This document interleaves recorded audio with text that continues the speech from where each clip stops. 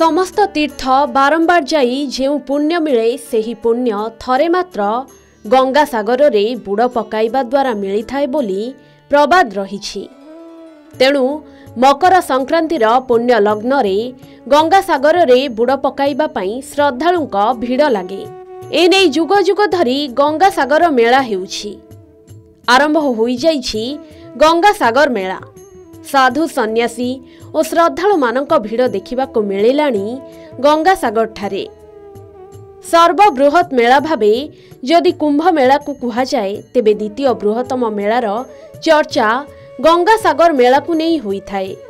चलित मास 10 तारिख रु 16 तारिख पर्यंत मेलार आयोजन करा जाइछि। जे मेला रे 25 लाख रु अधिक भक्तंक समागम हेबो बोली कुहा जाउछि। विशेषकरी नागा सन्यासी उपस्थिति एही गंगा सागर मेला को अधिक आकर्षित करिथाए। पुराण वर्णित रहिछि जे सगर राजा अश्वमेध यज्ञर आयोजन करिथिले। परंपरा अनुसारे यज्ञासु को परिभ्रमण पई छड़ा जाइथिला। अश्व न फेरिबारु राजा सगरंक 60,000 पुत्र अश्व को खोजिबा पई बाहरिथिले। जना पड़िथिला जे राजा इंद्र सेही यज्ञासु को कपिल मुनि आश्रम रे लुचाई रखिथिले। उद्देश्य थिला जदि सगर राजा अश्वमेध यज्ञ रे सफल हुअंती ताहले से इंद्र पदर दाबीदार हेबे। तेणु विभ्राट घटाइबा लक्ष्य रे इंद्रदेव यज्ञासु को लुचाई देइथिले।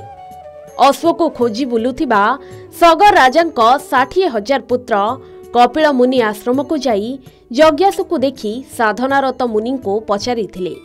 किंतु मुनि ध्यानरत थिबारु उत्तर देई नथिले। प्रतापी राजपुत्र माने तांको तप भंग करिबारु कपिल मुनि तांको क्रोधाग्नि रे सेमानंको भस्म करि देइथिले। बहु जुग परे सगरंक वंशधर राजा भगीरथ पितृपुरुषंको मुक्ति पाई साधना करिथिले। भगीरथंक साधना रे कपिल मुनि संतुष्ट होई वरदान देइथिले। तेबे देवी गंगा को जदि पूर्वजंक भस्मीभूत स्थान को अणा जाई पारे ताहले सेमानंको मुक्ति संभव। यह जानी राजा भगीरथ तपस्या करिबा द्वारा देवी गंगा संतुष्ट होई मर्त्यधाम को अवतरण करिथिले। जेउ सागर रे देवी गंगा मिसिथिले ताहा गंगा सागर नामरे परिचित। सगर राजांक 60,000 पुत्रंक भस्मीभूत अंचल रे देवी गंगा प्रवाहित हेबारु सेही राजपुत्र माने निर्वाण प्राप्ति होइथिबार लोकविश्वास रहिछि। सेथिपाई दूर दूरांतरु श्रद्धालु माने गंगा सागर रे बुड़ पकाइबा पई छुटी आसंती। आशा थाए बुड़ पकाइबा द्वारा पापिल जीवन मुक्ति पाइब। सप्त सगर राजांकर 60,000 पुत्र एटी मुक्ति पाइथिले। गंगा मां को आनिबा द्वारा तांकर वंशज पुत्र योग्य पुत्र भगीरथ।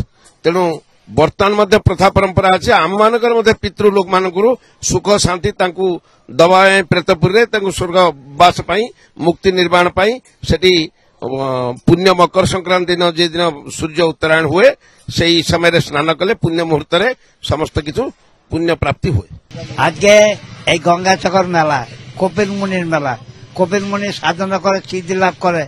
আমরা এখানে আছি সাধনা করতে। আজকে সাধনা করে যদি কিছু পাই তবে ভক্তকে অনুদান করব। ভক্ত হচ্ছে ভগবান, ভক্ত হচ্ছে আমার মাতা পিতা, ভক্ত হচ্ছে জান। আজকে এই কপিল মুনি মন্দির 12 মাসে 11 মাস জলের তলে থাকতো। এই মকর সংক্রান্তি আসলে এই মন্দির জেগে উঠতো কিসের জোরে? সাধনার জোরে। কার সাধনা? কপিল মুনির সাধনা। गंगा तटदेश 434 ख्रीष्टाब्द कपिल मुनि आश्रम निर्माण होइथिबा जणा जाए। सागर पार्श्व क्षय जोगु सेही मंदिर लीन हो जाइछि। वर्तमान मंदिर 1974 मसीह रे निर्मित होइथिला। यह सप्तम मंदिर बोली कुहा जाउछि। गंगा सागर में कपिल मुनि का जय हो। कपिल मुनि जो अभी है तो हम लोग ताजुब है जो हर साल जो कपिल मुनि में जाते जो देखते कितना सुंदर लगता है। हम लोग चाहे जो मंदिर और उन्नति हो, इसको राष्ट्रीय किया जाए और बहुत सुंदर होगा। अगर राष्ट्रीय ये मंदिर किया जाएगा तो हो सकता है जो कपिल मुनि में जो परेशानी है ये पानी होके जाना पड़ता है वो तो कम होगा। जब तक ऊपर में एक फ्लाईओवर होगा उसका बाद ही वो मंदिर सही होगा। गंगा दीप ठारे से तपस्या करुवा क्षेत्र में आज से गंगा सागर में परिणत होती जो दिन सागर सहित गंगा मां मिलन है संगम है से संगम क्षेत्र को गंगा और सागर संगम को गंगा सागर कहुई कारण से गंगा सागर बुड़माड़ी रे सहस्र गाभीर दान जो फल जो मिलता है पुण्यता मिलता है।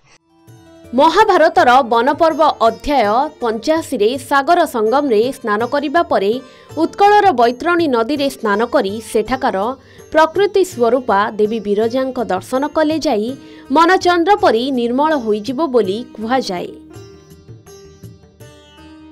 कोलकातारू प्रमोद महांती रिपोर्ट के न्यूज ओडिशा।